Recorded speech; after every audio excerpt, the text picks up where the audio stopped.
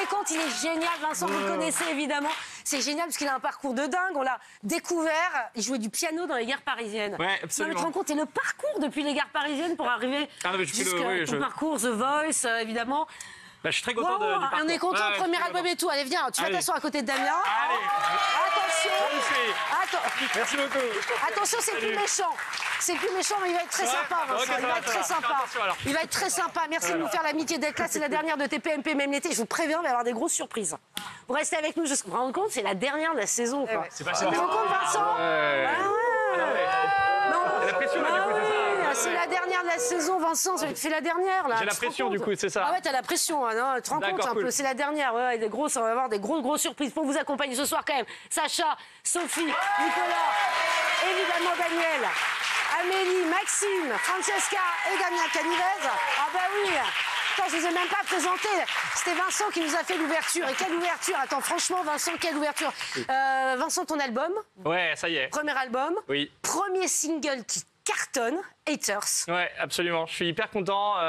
En plus, c'est vraiment un nouveau challenge et puis quelque chose de tout nouveau pour moi, le fait de sortir un nouvel album. Donc, la pression, hein, on va pas se mentir. Mais pression. Non, ça va marcher, regarde. Regardez-moi, cet artiste est capable de tout jouer. Regardez-moi, il a tout joué. Non, mais attendez, il est exceptionnel.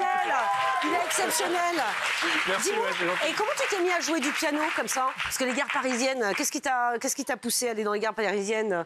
Quand je rentrais de l'école de ma formation, je suis tombé par hasard. Et puis comme je vois pas grand-chose, je suis vraiment tombé physiquement sur le piano.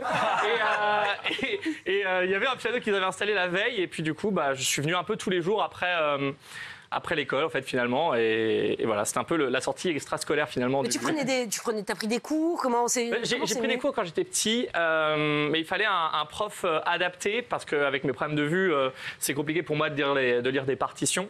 Et donc, du coup, je tombais sur un prof formidable qui m'a donné les bonnes bases. Et puis après, j'ai appris tout seul, en jouant, quoi. Ouais, mais justement, est-ce que tu développes pas, alors, la vue, effectivement, ne fonctionne pas, mais pas bien, en tout cas, mais est-ce que, justement, tu développes pas d'autres sens, peut-être l'ouïe, le toucher? C'est ce qui t'a permis peut-être d'exceller dans ton art, quoi. Non, tu le sens, ça? Ouais, si. En fait, disons que forcément, quand tu as un sens qui est moins là, t'en as d'autres qui s'allument un peu plus et qui sont un peu plus. Et du coup, on va dire que j'ai pu me concentrer sur d'autres choses et de façon de ressentir finalement la vie différemment, en fait. Ouais, c'est ça. Voilà. Et la participation à The Voice, évidemment. Bien sûr, la participation à The Voice. C'était une émission adaptée pour moi, une audition à l'aveugle, c'est cool. Oh, excellent. Moi, j'adore Vincent. J'adore les gens qui ont de l'humour. Non, mais je trouve ça génial. Tu les vois pas, c'est ça qui est bien. Non, mais j'adore. Donc, The Voice, raconte-nous un peu les prémices The Voice. Comment tu te retrouves à passer le casting? En fait, ils m'ont découvert à la gare Saint-Lazare, justement, les casteurs de l'émission. Et puis, j'y suis allé un petit peu les mains dans les poches. T'y croyais pas? C'est parce que t'y croyais pas? Ouais, c'est ça. En fait, c'est un peu irréel. Tu vois, tu joues du piano tous les jours et là, on te propose d'aller faire une émission télé. Donc, c'est tout de suite impressionnant, en fait. Et j'y suis allé et ça s'est plutôt bien passé. Ah bah ouais, évidemment, t'es là aujourd'hui. Tu penses que ça s'est bien passé? C'est génial, ça. Ouais, je suis hyper content. Ouais, hyper content. Et t'as des petites anecdotes à nous raconter, The Voice, quand on dit t'es sélectionné? Parce que tu vas tranquille, c'est ce que tu nous dis, les mains dans les poches, allez tiens, j'ai passé le casting, il me le propose, mais finalement tu es sélectionné et tu as le parcours qu'on te connaît aujourd'hui, mais quand tu es sélectionné, il se passe quoi? Tu dis non, mais t'y crois pas. Déjà, tu crois pas, puis après tu te dis, putain, va falloir bosser en fait. Non, j'y croyais pas trop, mais surtout pendant la prestation, parce que j'ai fait Lose Yourself d'Eminem aux auditions à l'aveugle. Je voyais pas le jury, enfin les coachs. Donc du coup, moi j'étais je vais faire mon truc et puis on verra. Ah oui, donc du coup, peut-être que c'était un avantage. Tu avais moins d'appréhension. C'est vrai que quand tu arrives sur cette scène, tu as des jurys, les fauteuils qui se retournent ou pas. Mais c'est ça. Ouais, c'est un peu ça. Pourquoi t'as appelé ton dernier single Haters? Il s'appelle First Page, mon album. Oui, ton album et ton single. Pardon, je suis désolé. Non, je me suis trompée ou pas? Et malentendant. Non, je t'ai parlé du single. Pardon. Ouais. Non, Haters, mais parce qu'en fait, je pense que les gens blessés blessent les gens. Et donc, du coup, comme n'importe quelle personne, on a tous des haters dans nos vies. Et je pense que c'est pas normal, évidemment. Et je me suis dit, tiens, ça fait un bon sujet. Et il est temps de dénoncer un peu les personnes qui se cachent derrière les écrans, notamment, et qui embêtent beaucoup de gens. Et t'as été victime, toi, d'haters, un peu? Ah, moi, oui. Oh là là. Oh là là. Bah, oui. C'était de quel ordre? C'était du genre... il chante bien, mais il a quand même une tronche chelou parce qu'il louche, quoi. Ah, super. Non, vraiment, ouais, c'est ça. Mais du coup, comme tu lis pas les messages, tu t'arrives à lire? Ouais, en fait, je peux voir quand même les messages très près, parce qu'ils sont en Arial 88 sur mon téléphone. Et tu prenais le temps de les lire alors? Ouais. Bah, en fait, tous les messages... En plus, j'ai une technique, c'est que moi, je like tous les messages. Comme ça, je sais ceux que j'ai lus et ceux que j'ai pas lus. Ah ouais? Ouais, c'est ça. Et donc, du coup, je les lis. Mais, et je trouve que... Il y a beaucoup de personnes qui se cachent derrière cet écran. Et c'est absolument pas normal. Donc, c'est ce que j'ai fait. Bah, je les ai affichés. Et dans la rue, comment ça se passe quand tu croises des fans ou qu'on te reconnaît maintenant? Ouais, bah ça se passe super bien. Ouais, là, t'as pas les haters. Hein. Mais les haters... C'est-à-dire qu'ils se cachent derrière l'écran, mais ça. quand ils sont face à face, il n'y a plus personne. Il n'y a plus personne. Non, il n'y a plus personne, jamais. Ils sont à la maison, en fait. Ouais. Ils sont derrière les écrans. Je trouve que c'est très rare qu'il y ait une personne qui arrive devant toi, t'as rien demandé, qui dit « j'aime pas ce que tu fais ». Ça n'arrive pas, très ça. peu, quoi. Et donc, du coup... c'est toujours des gens bienveillants qui viennent me voir, en tout cas. Ta vie, elle a basculé? Est-ce que tu as le sentiment que ta vie, elle a basculé dans toute autre chose? Tu es parti sur une nouvelle page qui s'écrit et tu la prends comment demain? Alors évidemment, on te souhaite tout le succès que tu mérites pour l'album. Mais comment tu l'appréhendes? Parce que c'est un... Est-ce que je sais pas ce qui se passe. Tu t'attendais pas à faire ça? Tu t'apprêtais pas à faire ce métier-là? Non, je m'apprêtais à faire... parce que j'ai fait des études d'animateur radio. Ah, voilà. C'est pour ça que t'es si bon à l'animation, que tu nous dis tout ce qu'on veut là. C'est ça? C'est gentil. Ouais. Non, mais j'ai fait ça et j'ai pas trouvé de boulot après, en fait, concrètement. Voilà, dû à l'handicap. Ah bon? Ouais. Ah bon? Ouais. Il y a des radios qui m'ont dit ah ben non, sauf que j'aurais dit c'est con parce que je savais pas qu'on faisait de la radio avec les yeux, enfin voilà. Et donc bon. Ah voilà. Bon, vraiment il y a certains qui t'ont fermé les portes et qui ont eu au moins l'honnêteté de te le dire.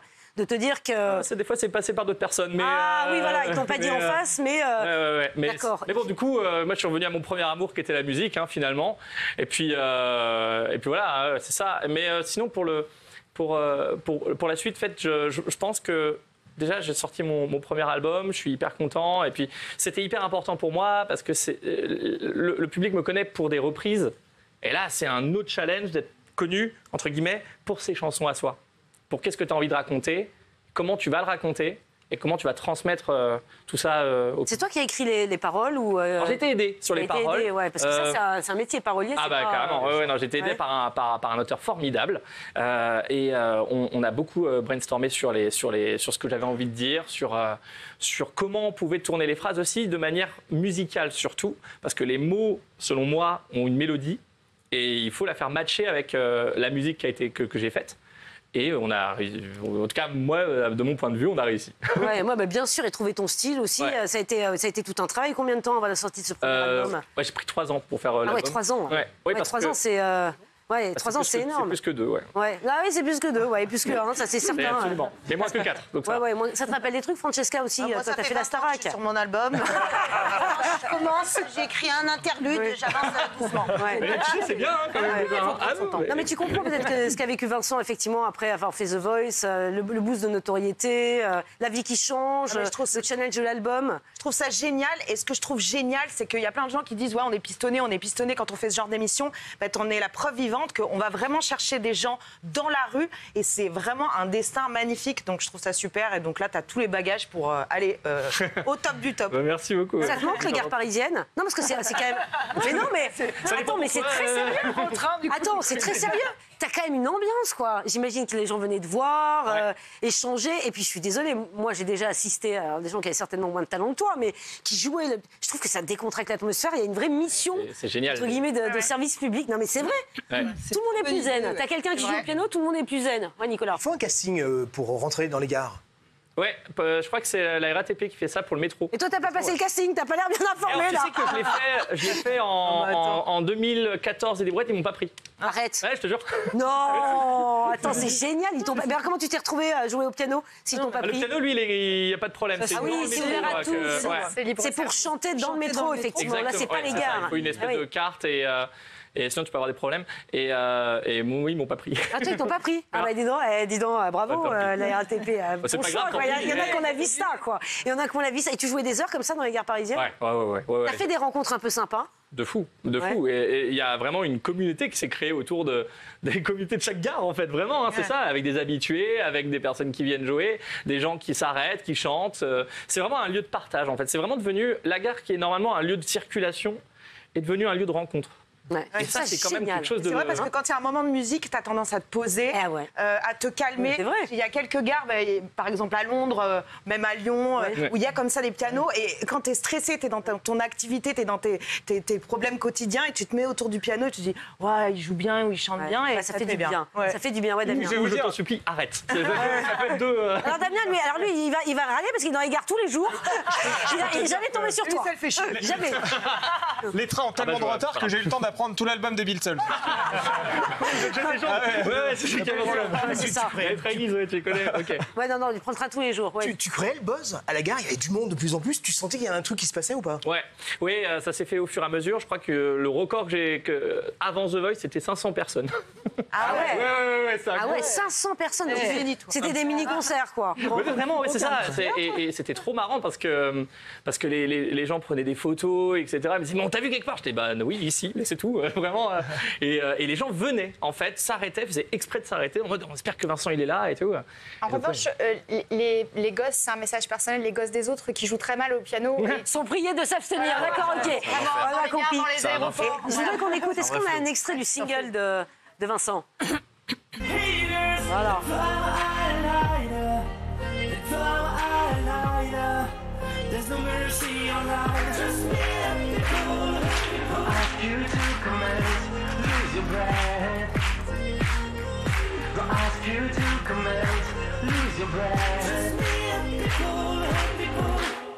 Gros carton. Carton. Franchement, t'as les chiffres un peu sur l'album, sur les ventes, le téléchargement, on va dire, du single? Mais là, l'album, il est sorti le 14 juin, du coup, c'est un peu tôt. Mais on va les avoir prochainement. Ouais. Un gros buzz, un gros mouvement, en tout cas, autour de toi. Et l'avantage d'avoir des albums, c'est que tu peux faire des concerts. Après The Voice, évidemment, j'imagine, il y a eu plein de contrats qui ont été signés de ton côté. Aujourd'hui, il y a des centaines de talents qui tentent l'aventure. Toi, tu continues à faire énormément de concerts. Tu es demandé beaucoup dans les festivals et autres. Bah là, pendant plusieurs... Avant Covid, j'avais beaucoup de dates. Après Covid, j'ai perdu toutes les dates. Ah ouais. Ouais, j'ai perdu toutes les dates. Et c'est du coup à ce moment où je me suis dit bon bah je vais faire un album du coup parce que j'ai plus de dates. Mais t'as été bien inspiré. Et pourquoi tu chantes en anglais pas en français? Comment? Pourquoi tu chantes en anglais?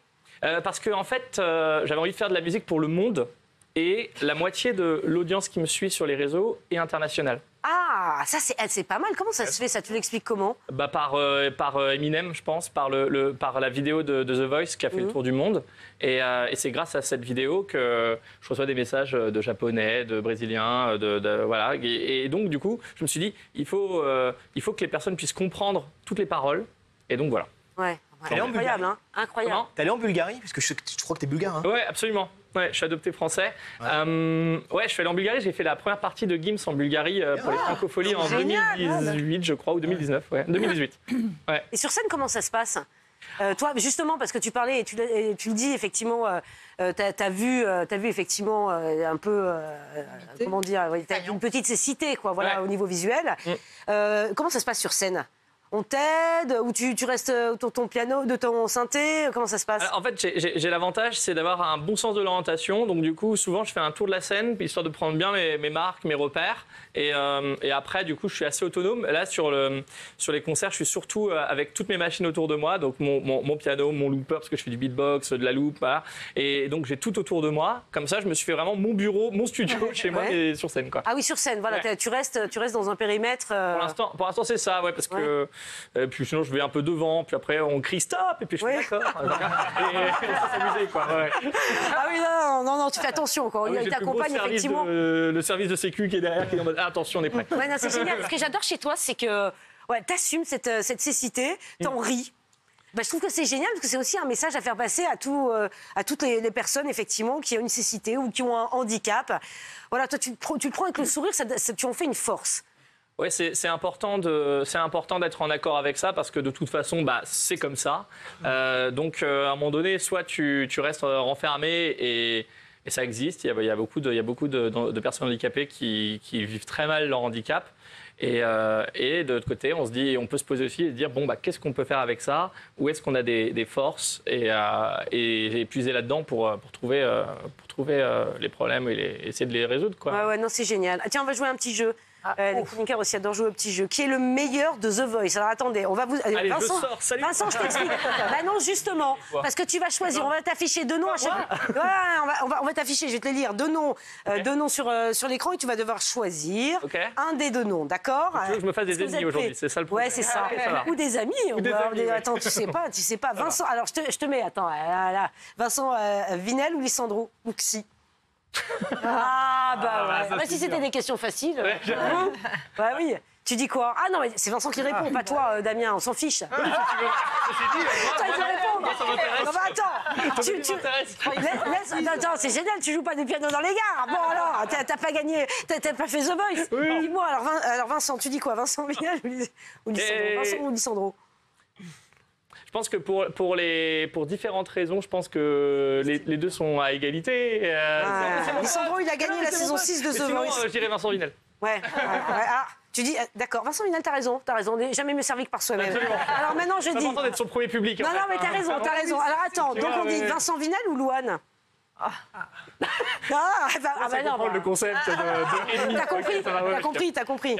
Alors, tu dis quoi? Là, sur ce coup-là, je dirais quand même Vincent Vinel. Ah, bon, mais d'accord, ok. Alors, ok, très bien. Pourquoi? Si, tu peux dire. Lance. Tais-toi, les ennemis. Ah, mais si, tu peux le dire. Mais non, c'est pas fait. En plus, c'est pas vrai. C'est pas des histoires d'ennemis ou de pas ennemis. Mais Du tout. Tu vois, tout le monde a le droit d'avoir plus ou moins d'affinité avec d'autres personnes. Non, pourquoi pas Louane? Parce que j'ai pas suivi en fait ce qu'elle fait, donc du coup pour éviter de dire quelqu'un que je connais pas. Tu connais pas Louane? Je connais Louane, si, mais je me rappelle des premiers sons qu'elle avait sortis jour 1. Et j'avoue que je sais pas, vous avez jamais parlé, jamais. Non. Non, d'accord. Okay. Non, mais enchanté. Ça peut venir. Si moi, elle est contente de cette séquence en plus. Alors attends, Vincent Vinel ou Amir? Mais Amir, il adore pour le coup. Sympa pour l'OM. Alors raconte. Vincent, raconte-nous. Je la connais pas donc. Attends, Vincent, raconte-nous un petit peu. Tu dis Amir, il est adorable. Raconte-nous comment tu l'as rencontré. J'ai rencontré à The Voice. Ouais. À The Voice, parce qu'en plus, il a fait la saison juste quelques temps avant moi, 2 ou 3 saisons avant moi, et on s'est. Demande à Damien. Tu sais toi? Absolument pas. Voilà. Merci, Demande à Maxime plutôt ou à Sacha. Il est de la saison de Kenji Girac qui avait remporté la saison donc très loin de la numéro mienne, ça 3, marche. si je ne m'abuse. Il est trop fort, hein, trop très fort. bonne Bonne mémoire, réponse de Maxime. Donc alors, tu dis quoi, Vincent Vinel ou Amir? Amir. Ah, Amir. Ouais. Ah, ouais, Amir, Amir, il te détrône. Amir, je trouve qu'il a une voix exceptionnelle, technique vocale de ouf. J'aime beaucoup ses compos. Non, Ouais. ses chansons. Ouais. Bon, ok. Mais mon album, il est bien, hein, vraiment, allez l'écouter. Ouais, ok. Amir, tu l'aimes bien? Ouais, j'aime bien. Il a été sympa avec toi? Il était très gentil. Ah ouais, il t'a aidé. T'as donné des conseils? Ouais, il m'a dit bonne chance. Voilà. Ah ouais, d'accord, super. Disons, franchement, Amir, c'est un mec bien. Il m'a dit bonne chance. C'est la relation J'adore. qui nous tire les larmes. Franchement, là, on est carrément émus. Un lien d'amitié fort, tu vois. Ouais, c'est ça, c'est exactement ça. Vincent, merci d'être venu, d'avoir fait